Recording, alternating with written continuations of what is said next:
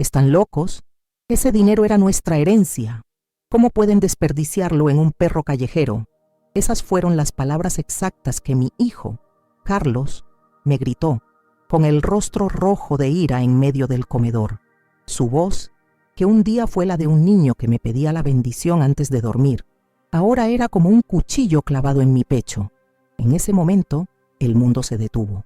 Miré la mesa que preparé con tanto amor, a mi esposo Roberto, paralizado a mi lado, y a mi hija Isabel, cuya mirada de desprecio me hería más que cualquier grito. Solo podía pensar en cómo el corazón de una madre, que debería ser un lugar de amor incondicional, podía de repente convertirse en un campo de batalla tan doloroso, tan desolador. Antes de continuar, necesito desahogarme con ustedes, que son mi nueva familia. Es la primera vez que le cuento esto a alguien y tengo el corazón en un puño. Les pido que, si esta historia los conmueve, le den me gusta y la compartan, para que otras personas sepan que no están solas. Suscríbanse aquí al canal y activen la campanita, porque lo que sigue es aún más increíble. Quiero saber de verdad, ¿qué harían ustedes en una situación así? ¿Creen que soportarían escuchar de su propio hijo que un animal vale menos que su dinero? Déjenmelo aquí en los comentarios, necesito saber que no estoy loca. Mi hija Isabel, con ese bolso caro que costó más que nuestro mandado de un mes entero, ni siquiera levantó la voz. Ella fue peor. Se inclinó hacia mí, con un olor a pish, perfume importado que me dio náuseas, y susurró con un veneno que me congeló el alma. Mamá, qué vergüenza. ¿Qué va a decir la familia de mi marido? Vergüenza. Sentía vergüenza de mí, de su propia madre, por un acto de compasión. No estaba preocupada por nosotros, por nuestra felicidad, sino por el estatus, por la opinión de gente que apenas sabía nuestra dirección. En ese susurro, sentí todo el fracaso de mi crianza, como si los valores que Roberto y yo pasamos toda la vida enseñándose hubieran disuelto en la nada. Todo esto sucedió hace unos 8 meses, en un domingo que debería haber sido de fiesta. Soy Elodia, tengo 70 años y fui costurera toda la vida. Mi esposo, Roberto, trabajó como conserje en un edificio de oficinas en el centro por más de 40 años. Juntamos nuestros ahorros, peso por peso, viviendo una vida sencilla, pero digna, aquí en nuestra casita en Coyoacán, en la Ciudad de México. Nuestra mayor alegría siempre fueron nuestros hijos, Carlos e Isabel. En ese momento, nos sentíamos más solos que nunca. Los nietos ya estaban grandes, las visitas eran cada vez más raras y el silencio en la casa era ensordecedor. Por eso, esa cena era tan importante para mí. Pasé todo el día en la cocina, preparando el mole que tanto les gustaba cuando eran niños. Ese día, tenía el corazón lleno de una nueva esperanza. Hacía una semana Roberto y yo habíamos visitado un refugio de animales aquí cerca. Íbamos solo a dejar una donación, un poco de alimento y unas cobijas. Viejas. Pero entonces, en la última jaula del pasillo, lo vimos. Un perro viejo, de pelo amarillento y enmarañado, con los ojos más tristes y profundos que he visto en mi vida. Había una dignidad en él, una calma de quien ya había sufrido mucho, pero no había perdido la nobleza. La gente del refugio dijo que se llamaba Milagro, que había sido abandonado y que necesitaba una cirugía cara en la cadera para poder volver a caminar sin dolor. En ese instante, Roberto y yo nos miramos y supimos. No, fue una decisión pensada. Fue un llamado. Decidimos adoptarlo y usar nuestros ahorros de toda la vida, esos 200,000 pesos que guardábamos para una emergencia o para dejarles a los hijos, para pagar su cirugía.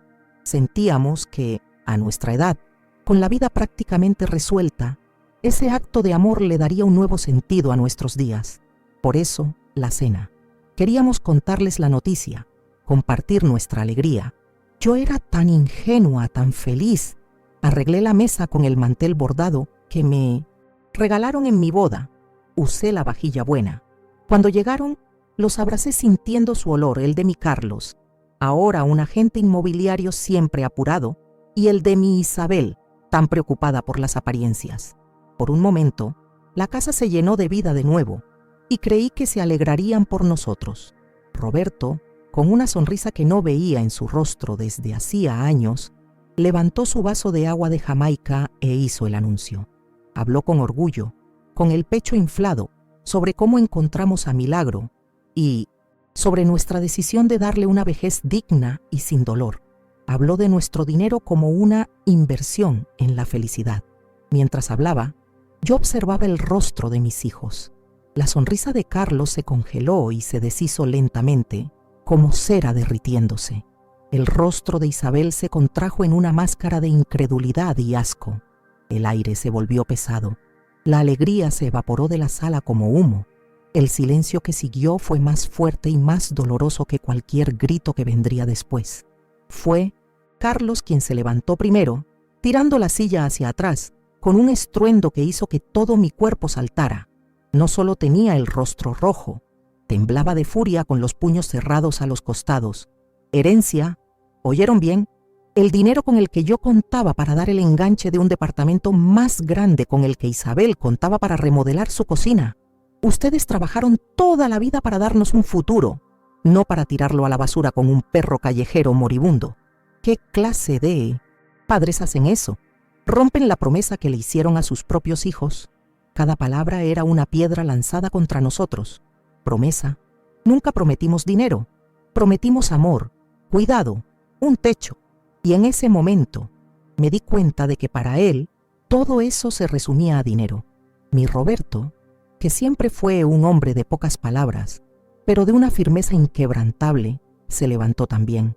No con la rabia de Carlos, sino con una tristeza profunda en los ojos. Su mano, que sostenía la mía por debajo del mantel, estaba helada. Carlos, ese dinero es nuestro, de nuestro sudor, de cada madrugada que me levanté para limpiar el piso que otros pisaban, de cada noche que tu madre pasó cosiendo para afuera para que no les faltara nada. Nunca les faltó nada. Nuestro único deseo ahora es tener un poco de alegría, un poco de compañía. Este animalito nos la trae. ¿Por qué nuestra felicidad los ofende tanto? Su voz era baja, entrecortada, pero cada sílaba cargaba el peso de una vida entera de trabajo y sacrificio. Isabel, viendo que los gritos del hermano y la calma del padre no resolvían nada a su manera, se levantó con una elegancia falsa, acomodándose su vestido caro. «Papá, por favor, no seas dramático», dijo, poniendo los ojos en blanco. «No se trata de la felicidad de ustedes, se trata de sentido común, se trata de nuestra imagen. ¿Qué vamos a decir cuando la gente pregunte por qué mis padres, en lugar de ayudar a sus propios hijos, están gastando una fortuna en un perro? La gente se va a reír de nosotros. Nos van a llamar fracasados, cuyos padres perdieron el juicio». La palabra juicio salió de su boca como un veredicto, una sentencia. Allí, frente a mí, no estaba mi niñita, sino una extraña, una jueza cruel. Fue entonces que Carlos dio el golpe final. Caminó hacia la puerta, con Isabel pisándole los talones, y se volvió hacia nosotros. Su mirada era fría, desprovista de cualquier afecto.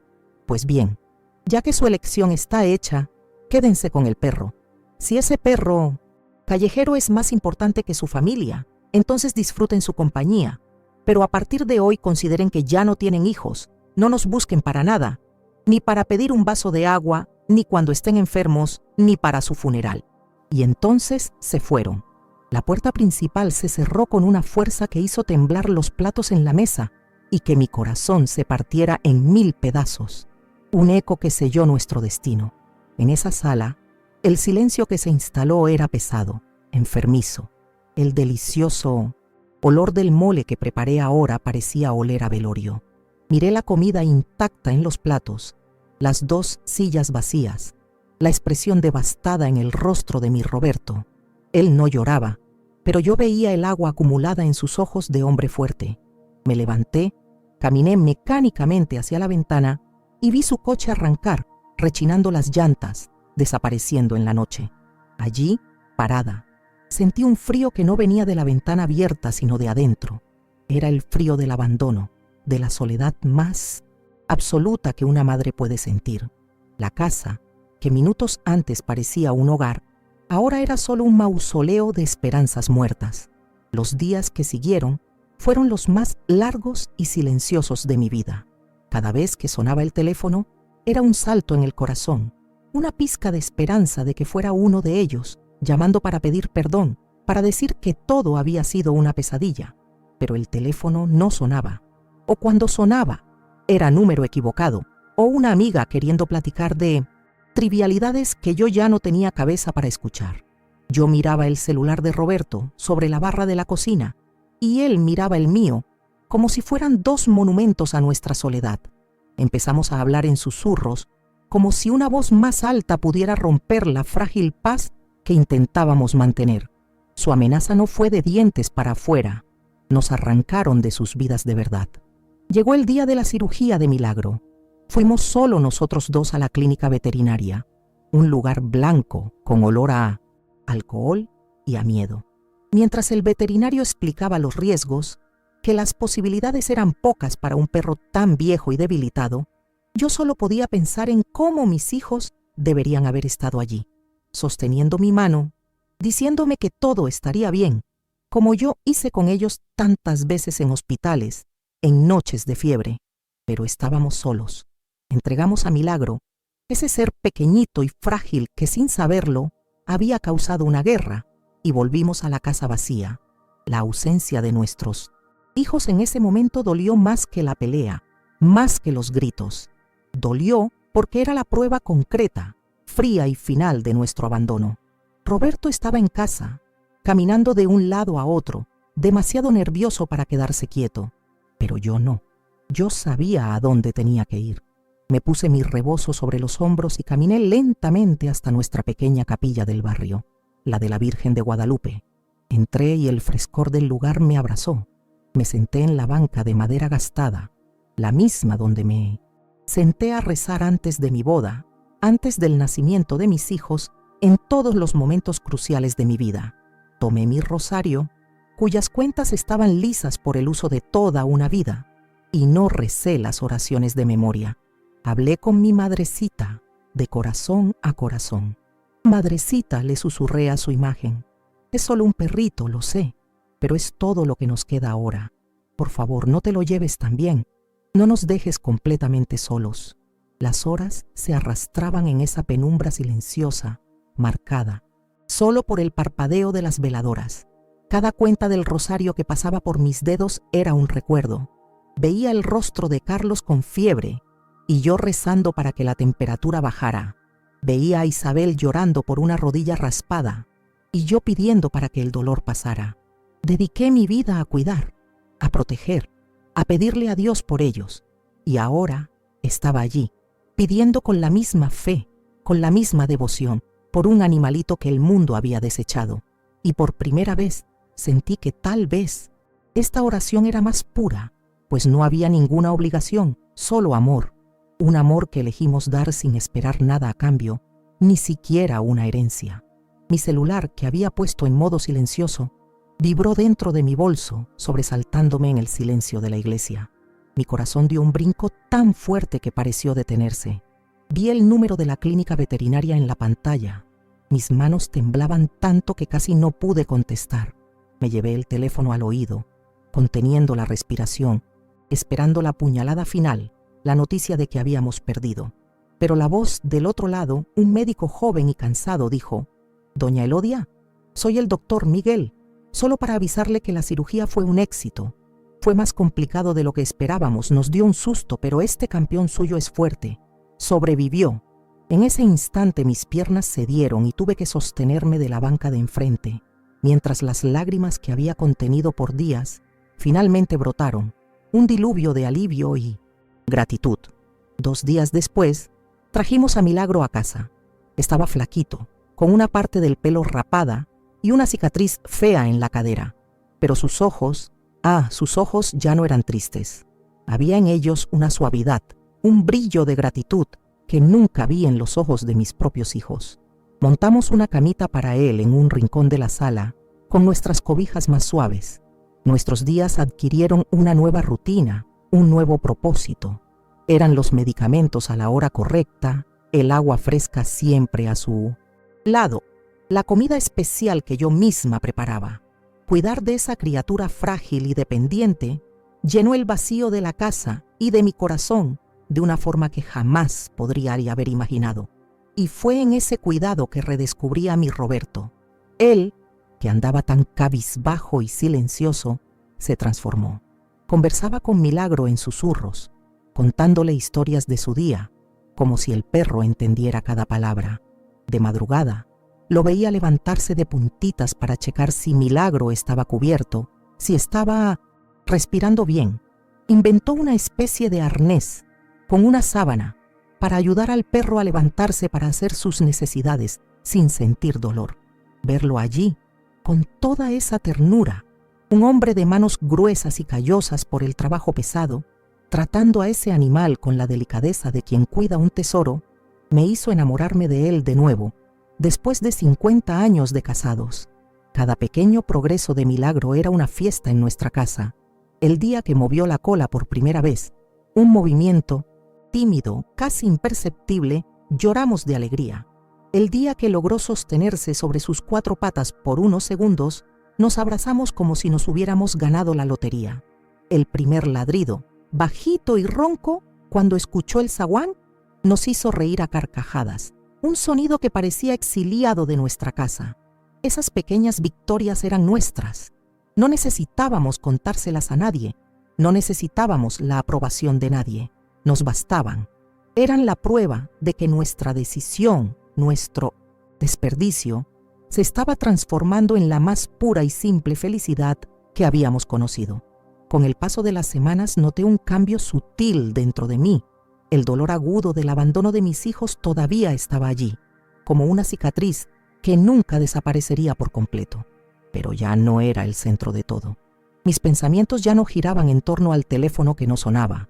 Mis días estaban llenos con los cuidados de Milagro, con las pláticas con Roberto, con la paz de saber que estábamos haciendo lo correcto. Estaba descubriendo que el amor de madre no es una posesión, es una fuerza. Y cuando el recipiente original se niega a recibirlo, no muere. Encuentra un nuevo lugar para fluir, un lugar donde es bienvenido, donde sana, donde hace milagros. Y si todavía están conmigo, escuchando mi historia, escriban un amén aquí en los comentarios. Necesito sentir la fuerza y la fe de ustedes, porque lo que voy a contar ahora es la parte que hasta hoy a mí misma me cuesta trabajo creer. Es la prueba de que Dios escribe derecho en renglones torcidos y que a veces la bendición más grande de nuestra vida viene escondida en el pelo sucio de un perro callejero abandonado. Amén, mis queridas, amén. La fuerza de ustedes me llega hasta acá, al otro lado de la pantalla. Y qué bueno que estén sentadas, porque lo que sucedió después fue algo que solo se ve en las telenovelas, pero nos pasó a nosotros, en nuestra salita modesta, por un acto de amor. Fue una tarde de sábado, unas 3 semanas después de la cirugía. Milagro ya caminaba mejor, un poco chueco, pero firme. Decidí que era hora de darle un buen baño, para quitarle de una vez por todas ese olor a tristeza y a refugio que todavía se aferraba a su pelo. Preparé una tina con agua tibia en nuestro patio y, con todo el cuidado, comencé a enjabonarlo. Él, que antes era tan asustadizo, ahora confiaba en mí, relajándose bajo el tacto de mis manos. Fue mientras enjabonaba su cuello que sentí algo duro y áspero debajo de la mugre acumulada en el collar de cuero. Era un collar viejo, reseco, que traía puesto desde que lo encontramos y que nunca le habíamos quitado. Pensé que era una garrapata o un trozo de metal cualquiera. Con la uña rasqué la suciedad y sentí una plaquita de metal. La curiosidad fue más fuerte. Después del baño, con Milagro durmiendo y oliendo a limpio en un tapete al sol, tomé el collar. Roberto vino a ver qué hacía con tanto afán. Inclinada sobre la mesa de la cocina con un cepillo de dientes, viejo y un poco de agua y jabón. Poco a poco, la costra de suciedad y grasa comenzó a salir, y lo que apareció debajo hizo que mi corazón diera un vuelco.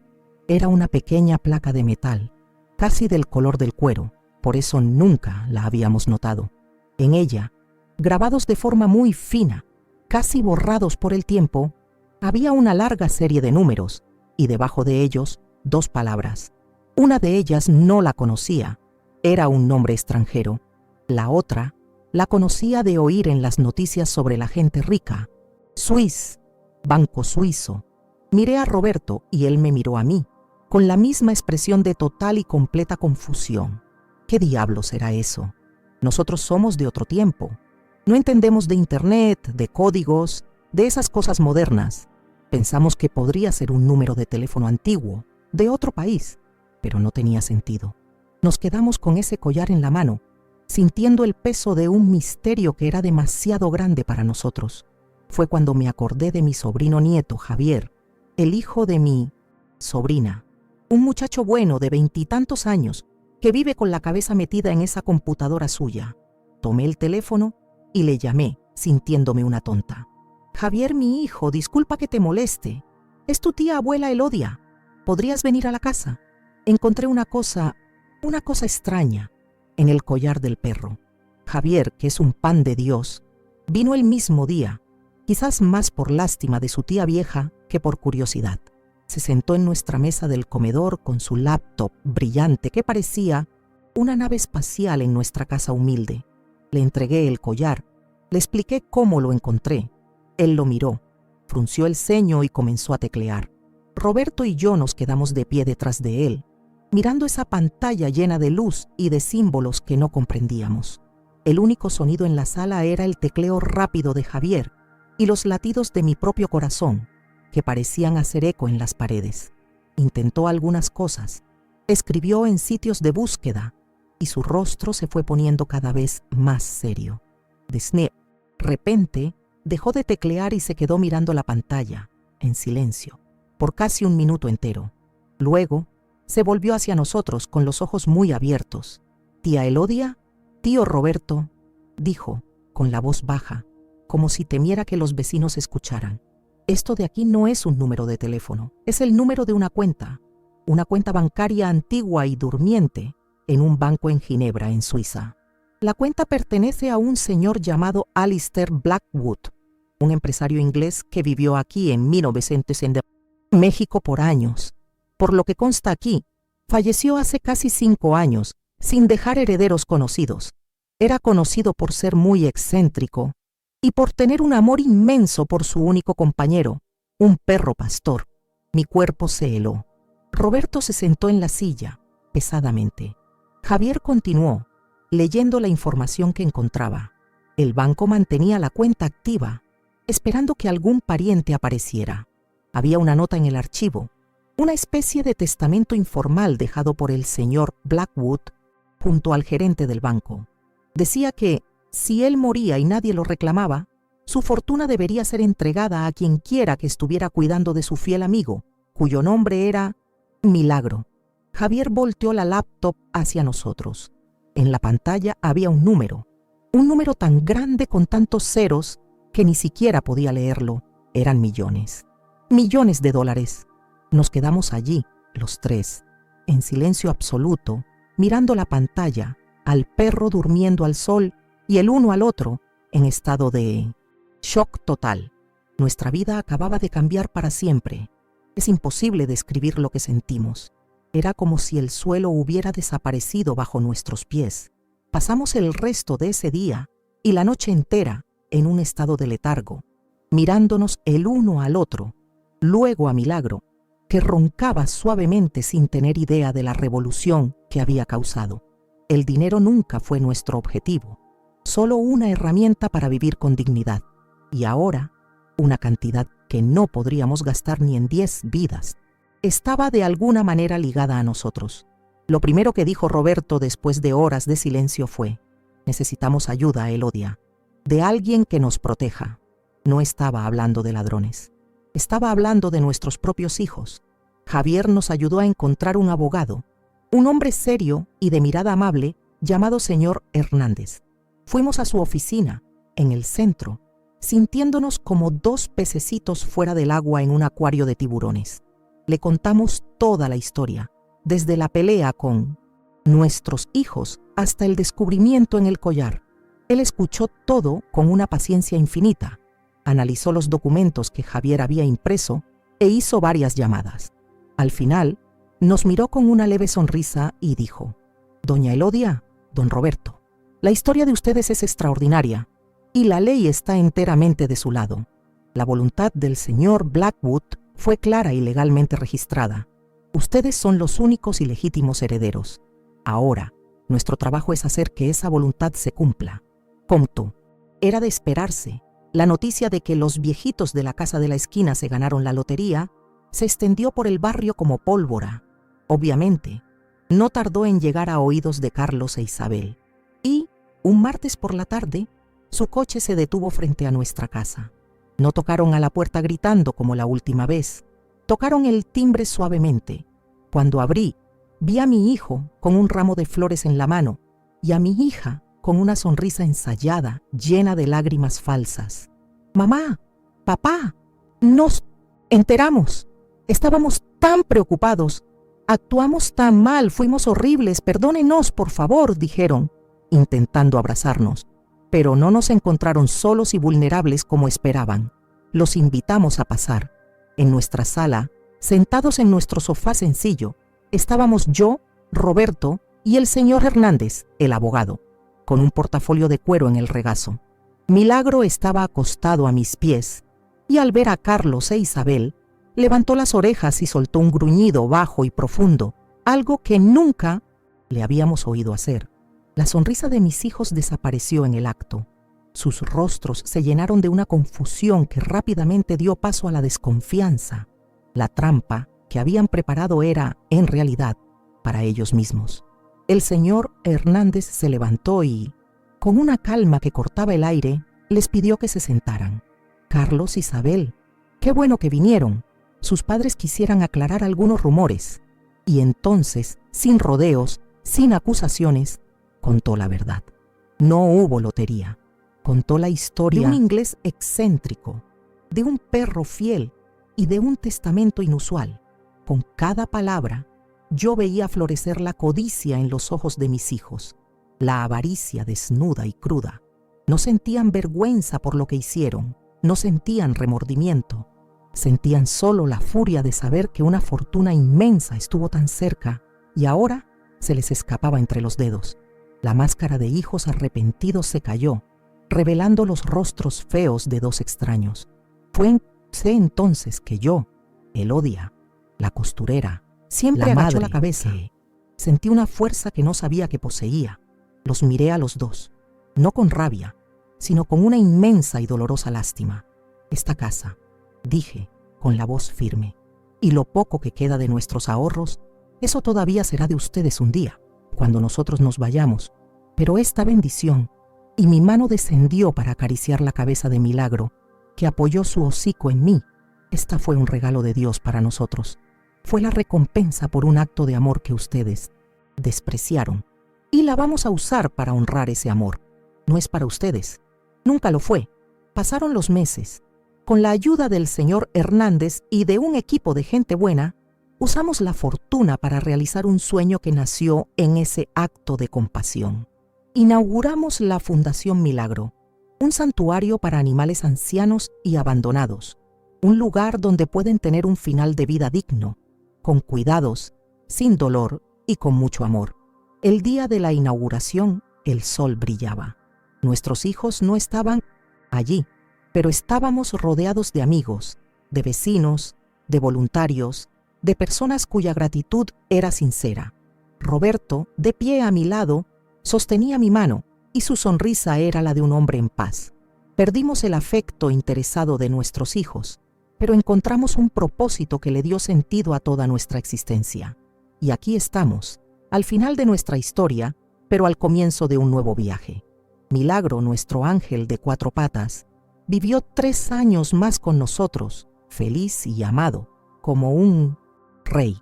La verdadera herencia, mis amigos, no es el dinero que se espera recibir, sino el amor que se elige dar. Y esa es una lección que nos llevaremos para la eternidad. Ahora quiero saber su opinión. ¿Qué les pareció nuestra decisión? ¿Ustedes harían lo mismo? Comenten aquí abajo y compartan esta historia con alguien que necesite recordar el poder de la compasión y de la fe. Un gran abrazo de su amiga, Elodia.